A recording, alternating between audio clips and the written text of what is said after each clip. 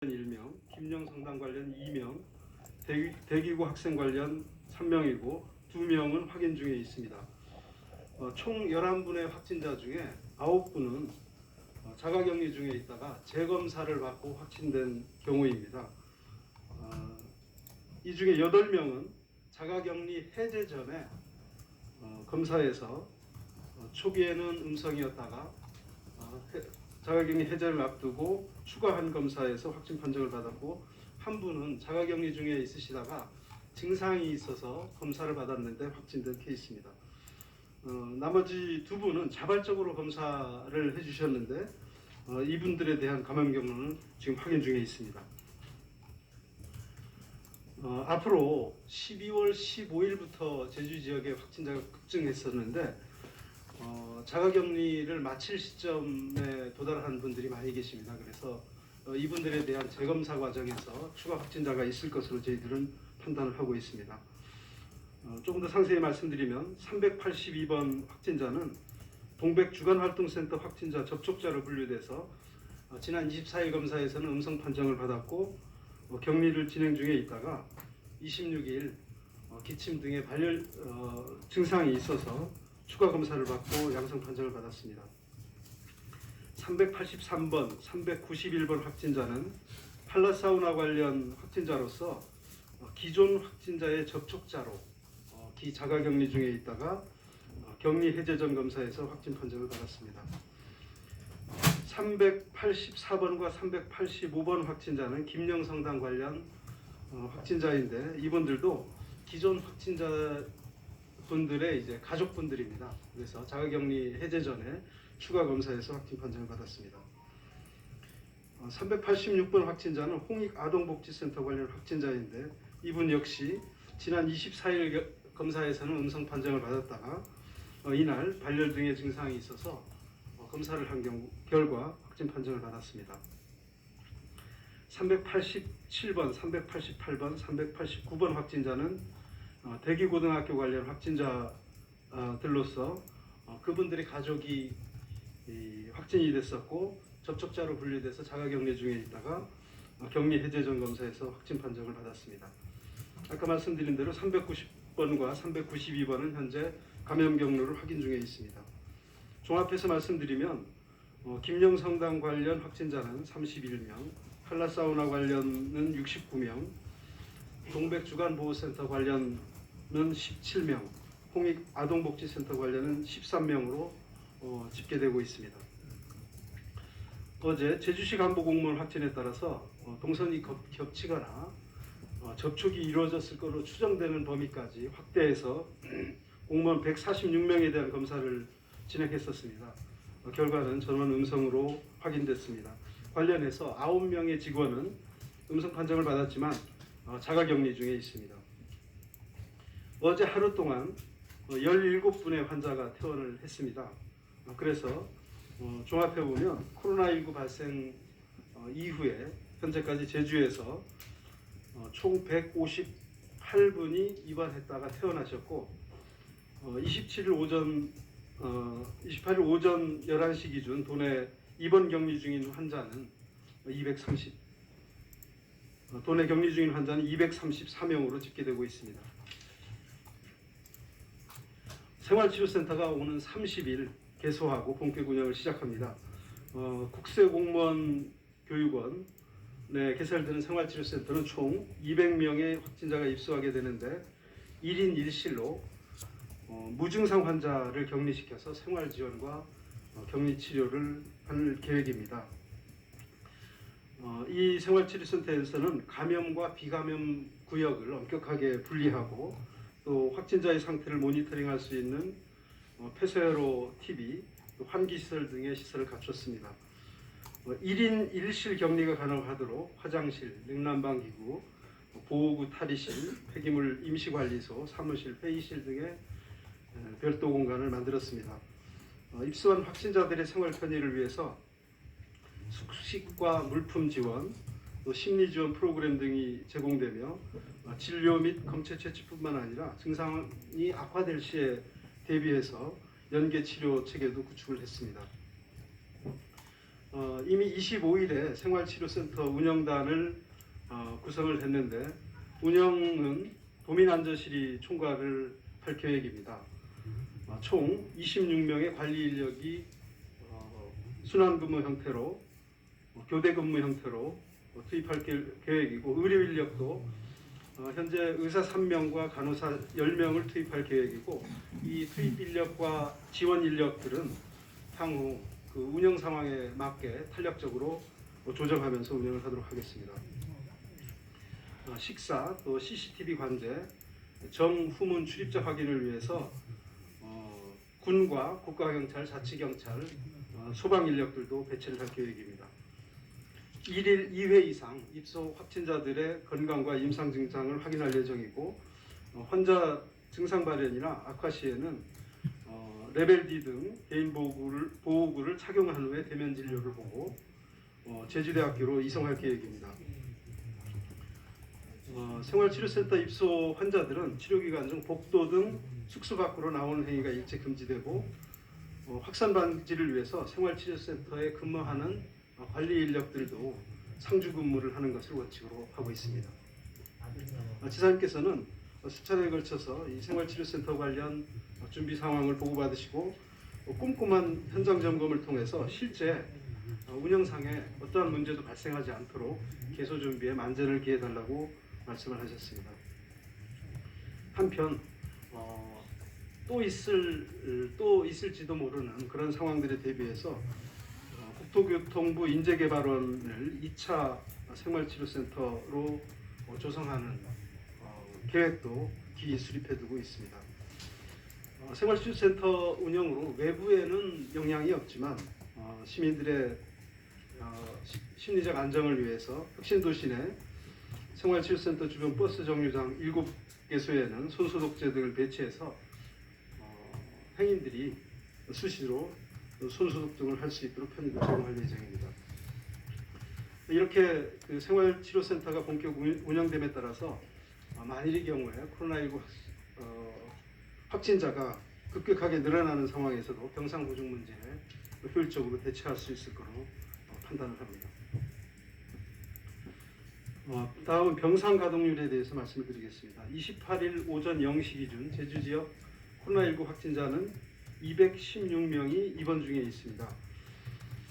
제주대학병원, 서귀포의료원, 제주의료원 3곳에 총 304병상을 마련해 두고 있습니다.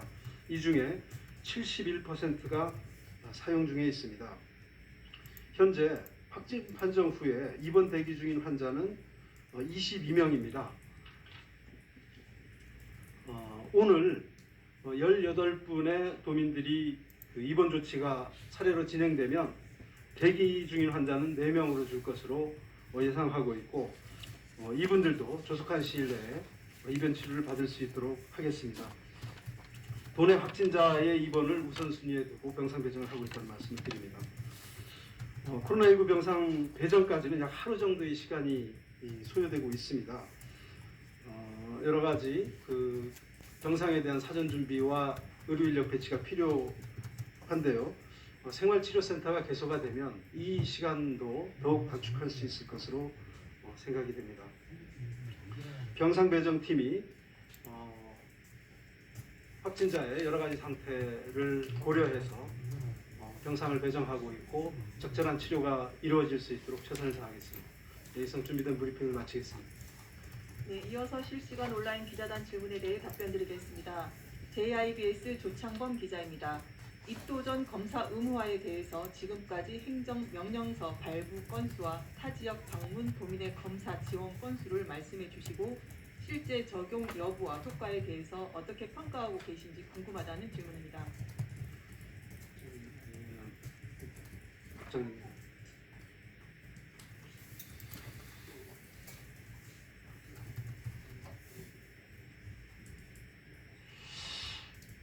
예, 지금 이 내용은 여러 가지 내용이 아까 그 건수를 말씀하셔서 사실은 건수를 지금 다 기억하고 있지 못합니다. 이거는 별도로 말씀드리도록 그렇게 하겠습니다. 네. 추가 질문입니다. 도민들이 제주 안심 코드를 잘 알지 못하고 구형 스마트폰으로 구동이 안 된다는 지적이 있습니다. 역학조사 과정에서 제주 안심코드 활용도는 얼마나 되는지 궁금하다는 질문입니다. 예, 지금 그 제주 안심 코드는 지금 등록 신청을 받고 있습니다. 등록 신청을 받고 있고 또 그에 따르는 이제 앱을 이제 그 핸드폰으로 깔고 있는데 지금 그 등록 신청 아마 3,000건이 지금 조금 넘는 업장에서 등록 신청을 해주고 있고 본격적으로 그 뭐 가동되는 부분은 지금도 이제 그 부분적으로는 되고 있지만 저희가 이제 약 15,000군데 정도를 깔아서 동시에 역학 추적을 할 수 있는 시스템을 지금 그 계획하고 있기 때문에 까는 대로 어느 정도 일정 정도의 그 업장이 깔게 되고 또 도민들도 관광객들도 앱을 깔게 되면 아마 역학 조사에 상당히 도움이 될 것으로 봅니다. 그런데 지금은 그 업소들에서 확진자가 발생되거나 뭐 그러한 사례가 지금까지는 없기 때문에 앞으로 뭐 상당히 아마 도움이 될 것으로 저희들은 판단하고 있습니다. 부지런히 최대한 빨리 15,000군데가 깔 수 있도록 노력하겠습니다. 네, KBS 문준영 기자입니다. 24일부터 오늘 오전 현재까지 9시 이후 영업, 5명 이상 집합 금지 위반 등 특별 방역 수칙 위반으로 과태료 처분된 건수가 몇 건인지, 그리고 112에 방역 수칙 위반과 관련한 신고가 들어올 경우 행정명령이기 때문에 경찰과 시 당직자가 함께 현장에 가는 것으로 지자체와 협의가 된 것으로 알고 있습니다. 하지만 현장에서는 시 당직자가 관련 부서를 모른다고 하거나 같이 현장에 나가는 사례가 적은 것으로 알고 있는데 명확한 원칙은 무엇인지 궁금하다는 질문입니다. 예, 과태료 처분 건수 먼저. 지금 현재 우리국 소관은 지금 현재는 이제 그 2,081개소를 저희가 점검을 했고요. 지금 우리국 소관뿐만이 아니라 이제 각 소관별로 지금 하고 있어서 오늘 아마 생활방역위원회 회의가 있는데 그것을 한번 취합해서 말씀을 드리도록 하고요. 현재 이제 그 우리국 소관에는 이제 시정 조치가 3건이 있었고 그 21시 이후에 그 내용을 보면 21시 이후에 영업해서 취식을 한 건이 2건, 그 다음에 5인 이상 집합 금지 1건. 그렇게 해서 우리국 소관은 지금 아까도 말씀드렸지만 3건이 저희가 시정 조치를 내린 바 있습니다. 그리고 여타 각 부서별로 하는 것을 취합해서 별도 기회를 마련해서 보고를 드리도록 그렇게 하겠습니다. 네, 제주일보 김정은 기자입니다. 코로나19로 인한 여행 취소 위약금과 관련해 제주도가 중앙정부에 위약금 관련 지원 요청을 했는데 어디까지 진행됐고 관련 지침은 마련됐는지 궁금하다는 질문입니다. 예, 이 부분도 그 관련 부서에서 지금 이 내용에 대해서 충분히 숙지하고 있고 정부에 요청을 하고 있는 것으로 알고 있습니다. 관련 부서로 하여금 자세한 내용을 뭐 이런 자리에서 뭐 말씀을 드리도록 할 수도 있고 보도 자료 형태로 내실 수 있도록 그렇게 조치를 취하겠습니다. 네, MBC 박성동 기자입니다. 국가수리과학연구소 조사 결과 다음 달 7일 이후 제주 지역은 하루 평균 신규 확진자 300명이 발생할 것으로 내다봤습니다. 이 예측이 타당한 것인지 현재 제주 지역 감염 확산세를 어떻게 평가하고 있는지 궁금하다는 질문입니다.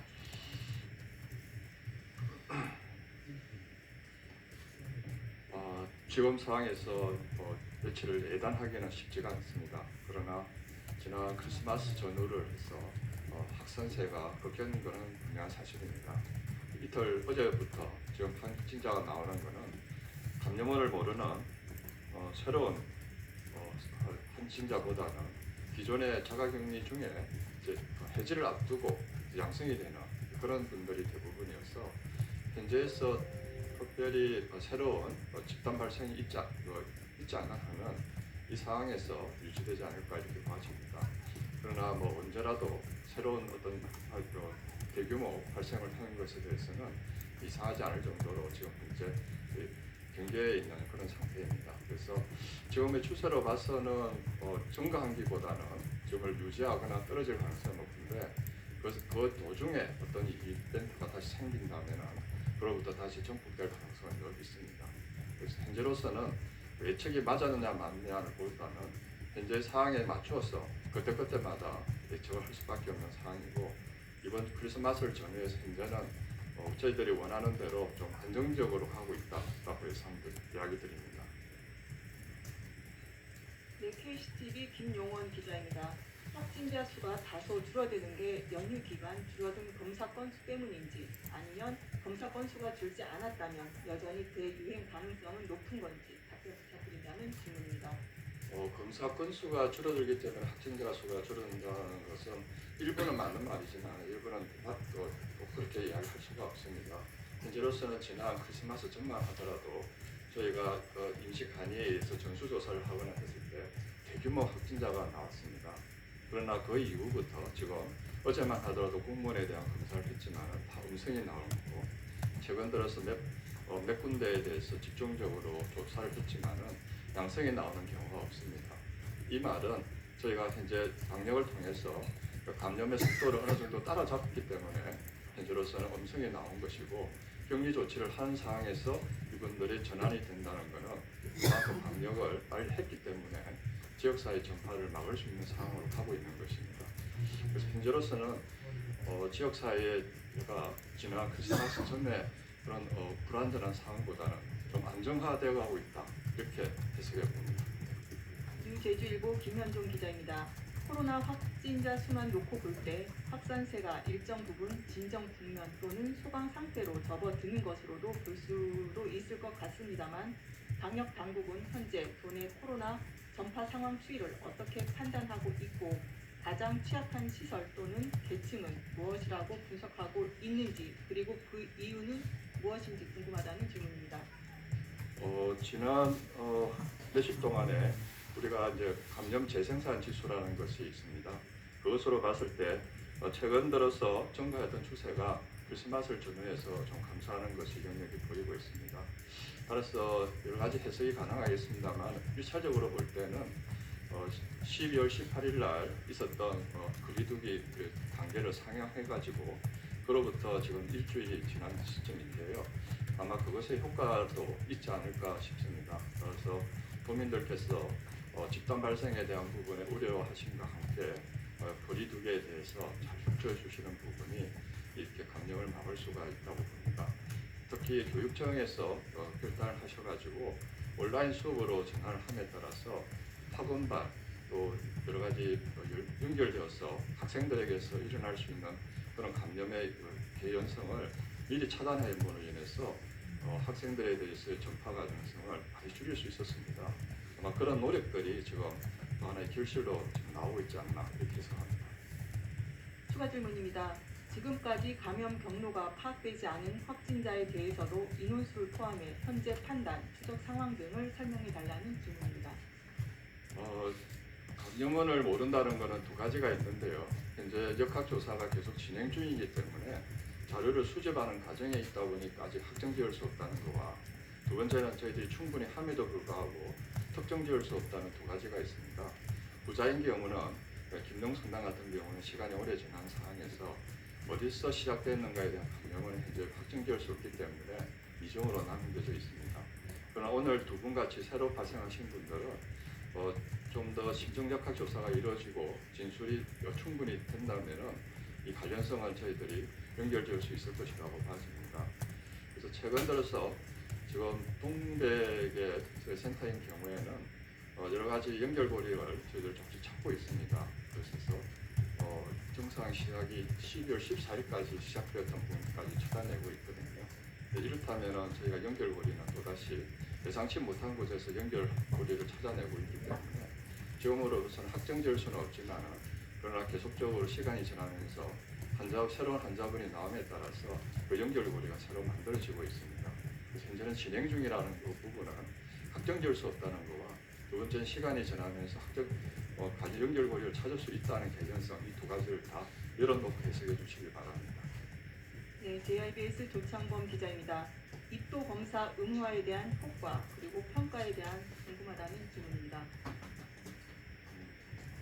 좀 전에 질문을 요약했습니다. 답변을. 우선 1차적으로 저희 입장에서는 입도시 검사 결과를 받음으로 인해서 아무래도 여러 가지 부분에 본인도 그렇고 저희 방역에 있어서도 이분이 어떤 일이 벌어진다 하더라도 그것이 어느 시점에서 문제가 됐는지를 좀 더 확인할 수 있다는 점과 방역적인 점과 함께 심리적으로 본인들이 여행을 하시는 입장에서 조금 더 편안하고 편안한 마음으로 즐길 수 있다는 두 가지가 있습니다. 또 도민들 입장에서도 그 검사를 받아서 음성이신 분들과 접촉을 함에 따라서 그만큼 안전한 상황이 유지되고 있다는 점에서 그런 효과가 있을 것이라고 봐집니다. BBS 이병철 기자입니다. 제주 지역 생활치료센터가 30일 개소하는데 입소 조건은 어떻게 되고 병원에서 양성 판정을 받고 퇴원한 이들도 일부 있는 것으로 아는데 이들도 입소가 가능한지 설명해달라는 질문입니다. 오늘 보도자료에 의하면 개소에 들어가시는 분들의 코로나19로 확진이 되었지만 현재로서는 증상이 없으신 분들을 격리시키는 겁니다. 일상적인 생활을 하면서 격리하는 것인데요.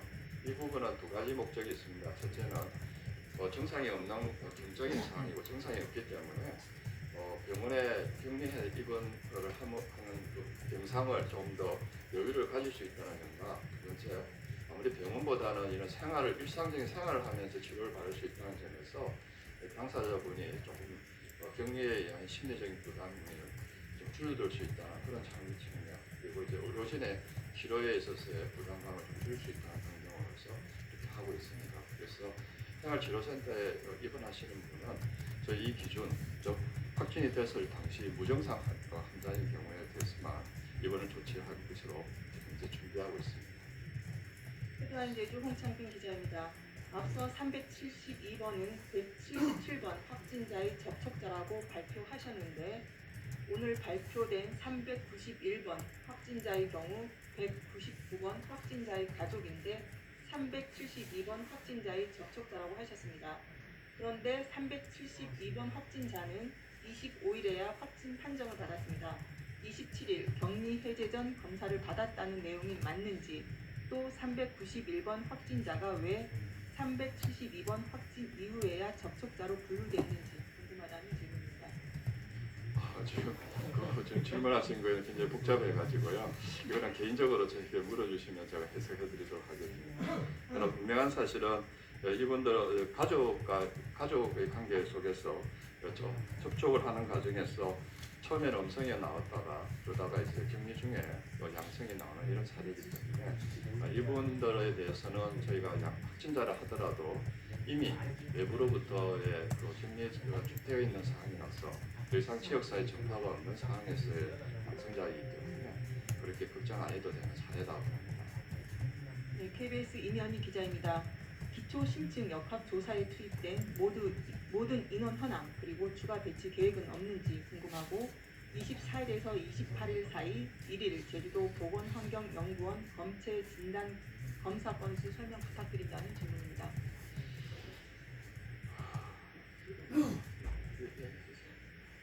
예, 다음 브리핑 때 정리해서 상세히 알려드리도록 하겠습니다.